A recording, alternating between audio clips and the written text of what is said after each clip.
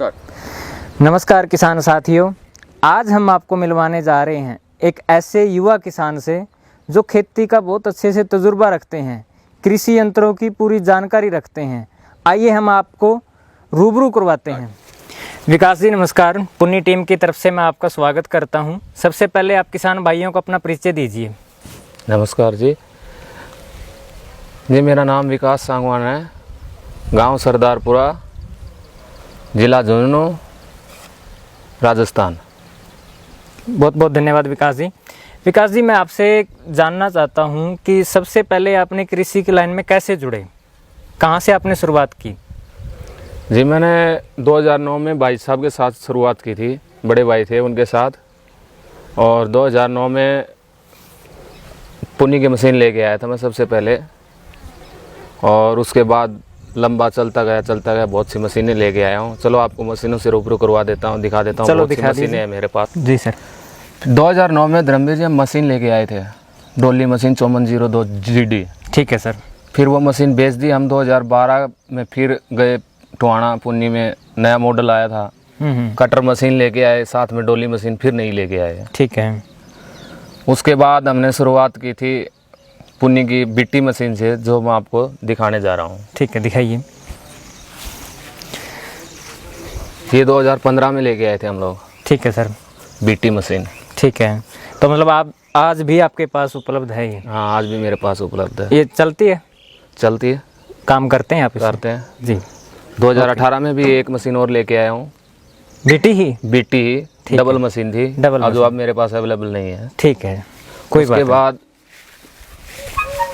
ये अपना छिलर मशीन लेके आया था। ठीक है। उसी साल लेके आया, 2015 में ही।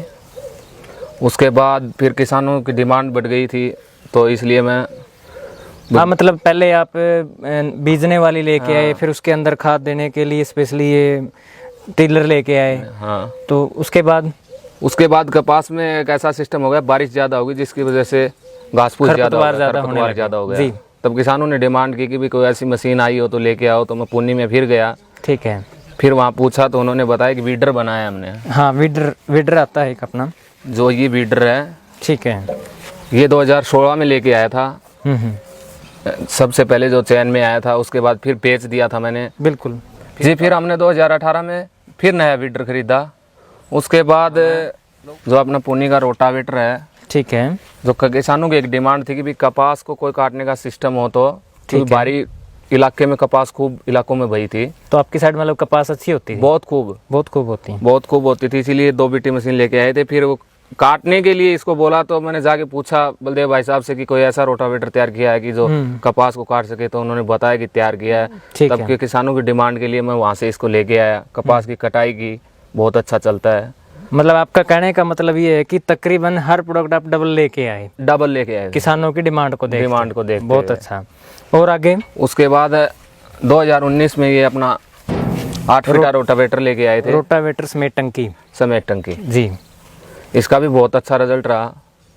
इसके बाद अपने जो मशीन आई थी ट्रैक्टर वाली कंबाइन ग्रेन क्रूजर, वो मशीन में लेके आया था पिछली साल। क्योंकि उसका रिजल्ट सबसे पहले मतलब आपके एरिया से ही बहुत अच्छा मिला था। हमें सबसे पहले जो फीडबैक मिला था वो आपके एरिया से ही मिला था, तो आप वो भी लेके आए थे? हाँ, वो पिछली साल वो लेके आया था मैं, नई मशीन। ठीक है। फिर वो किसानों की डिमांड बढ़ गई कि भाई इस मशीन से काम नहीं चलेगा, थोड़ी बड़ी मशीन होनी चाहिए। तो बड़ी कौन सी लेके आए सर? फिर वो इस साल इंजन वाली ग्रेन क्रूजर लेके आए। इंजन वाली ग्रेन क्रूजर, चलो दिखाइए अपने को। तो 2021 में आप ये खरीद के लेके आए? हाँ, 2021 में लेके आए थे। इसका कितना रिजल्ट मिला आपको? इसका बहुत बढ़िया रिजल्ट है। बहुत बढ़िया है। जितने और कंबाइनें चल रही है ना देश में, जितनी भी कंपनियों ने बनाई है, उनमें सबसे ज़्यादा टॉप की मशीन बनाई है पुन्नी ने। ठीक है। कमाई के मामले में सबसे अव्वल नंबर पे है। ठीक है। तो मतलब आपकी तरफ अब गेहूं की ज़्यादा होती है, अदर फसलें निकालते हैं इनसे आप? गेहूं भी निकालते हैं, गेहूं की भी बुआई होती है, सरसों की भी होती है, चना भी होता है, सब होता है यहाँ। तो सब मल्टी में यूज़ कर रहे हैं? हाँ, सब मल्टी में यूज़ करते हैं। ओके। तो 2021 तक आप पुन्नी के साथ मतलब कंटिन्यू चले हुए हैं? हाँ, कंटिन्यू। तो आपने इतनी अच्छी जानकारी प्रोडक्ट के बारे में और खेती के बारे में कहाँ से मिली?